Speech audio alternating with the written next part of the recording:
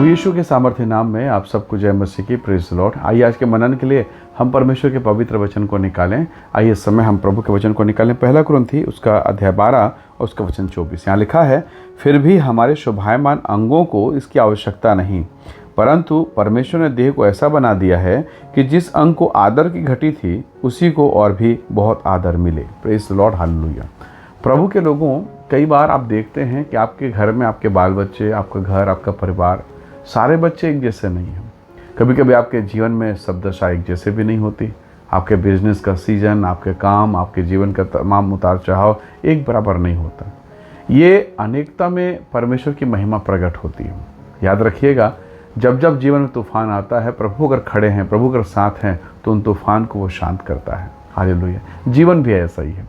परमेश्वर के वचन में शरीर का उदाहरण दिया गया है। शरीर में कई ऐसे अंग हैं जिसे हम ढांप के रखते हैं, जिसे हम दिखाते नहीं हैं। कुछ अंग ऐसे हैं जिसे हम दिखाते हैं। कुछ अंग ऐसे हैं जिसको हम सबसे ज़्यादा संवारते हैं। कुछ अंग ऐसे हैं जिसमें सबसे ज़्यादा क्रीम पाउडर लगाते हैं।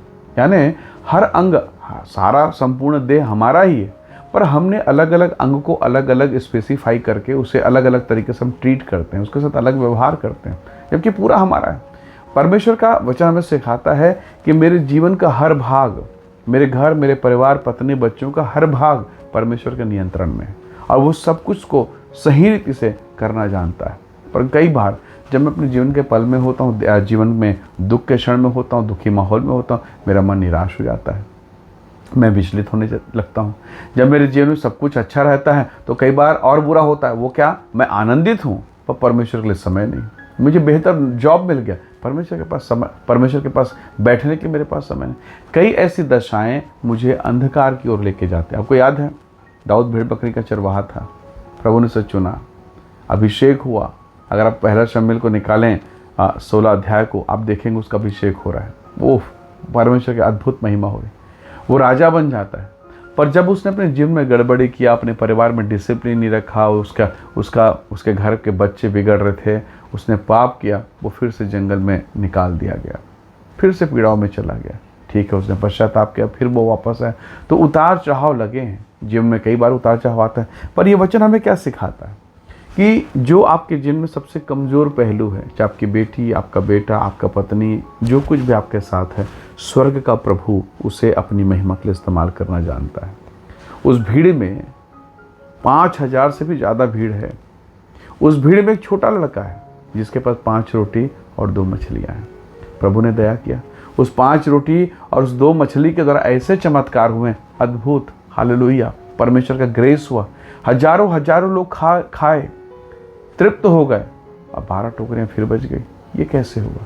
वो निर्बलता में महान काम को करने वाला परमेश्वर है। इसीलिए तो परमेश्वर के दास प्रेरित पौलुस ने कहा कि परमेश्वर से मैंने 3 में प्रार्थना की छुटकारे के लिए, प्रभु ने छुटकारा नहीं दिया। श्रेष्ठ दास को छुटकारा नहीं दिया, अपने आज्ञाकारी प्रेरित को, पौलुस को उसने छुटकारा नहीं दिया। उसके बदले परमेश्वर ने क्या कहा? उसने कहा, मेरी सामर्थ मेरे बेटे पौलुस तेरी निर्बलता के समय में सिद्ध होगी। जैसे पौलुस कहता है कि मैं अपनी निर्बलता पर, अपनी दुर्बलता पर घमंड करूंगा, मैं धन्यवाद करूंगा, क्योंकि जब मैं दुर्बल और निर्बल हो जाता हूं, मेरा परमेश्वर मुझे छाया करता है, मुझे आशीष देता है। तो प्रभु के लोगों, अगर आपके जीवन में कोई कमजोरी है, पत्नी को लेकर वो बार बार बीमार पड़ जा रही है, बेटा को लेकर, परिवार के लोगों को लेकर, ऐसी दशा में निराश मत होना, प्रभु के साथ बने रहना। परमेश्वर कब, कहाँ, कैसे काम करेगा और आपके हृदय को आनंद से भर देगा, कोई नहीं जानता। पौलुस इस बात को कहता है, उसकी सामर्थ्य निर्बलता में सिद्ध होती है। इसलिए जीवन की निर्बलता में, कठिन दशा में, कठिन परिस्थिति में इन वचनों को देखते हुए अपने जीवन को प्रभु के चरणों पर बना कर रखिए। प्रभु दया करेगा, परमेश्वर अनुग्रह करेगा। दाखरस घट गया था और उस घर में लड़ाई झगड़े होने वाले थे। मरियम ने जाकर कहा कि यीशु, दाखरस नहीं रहा। परमेश्वर के लोगों, जब समय हुआ तो प्रभु यीशु मसीह ने उस मटकों में, उन साधारण मटकों में पानी भरवा के उसे दाखरस में परिवर्तित कर दिया।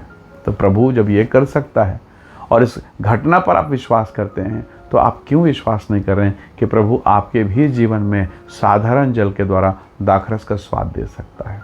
हालेलुया। प्रभु के नाम पर भरोसा कीजिए, अपने बच्चों को प्रभु के हाथों में सौंपिए, अपनी बिगड़ी हुई परिस्थिति और अपने खाली जीवन, खाली मटकों को प्रभु के हाथों में सौंपिए और आशा कीजिए कि वो आपको एक उत्तम दाखरस बनाएगा, आपकी बेटी के जीवन को, आपके बेटा के जीवन को उत्तम दाखरस बनाएगा। हालेलुया।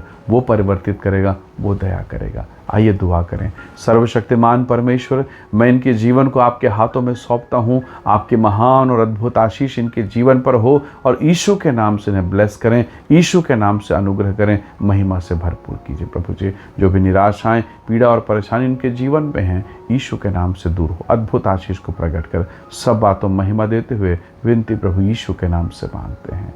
आमीन, आमीन। प्रभु आप सबको आशीष दे। परमेश्वर का अनुग्रह आप सबके साथ हो। Praise the Lord. जय मसीह की।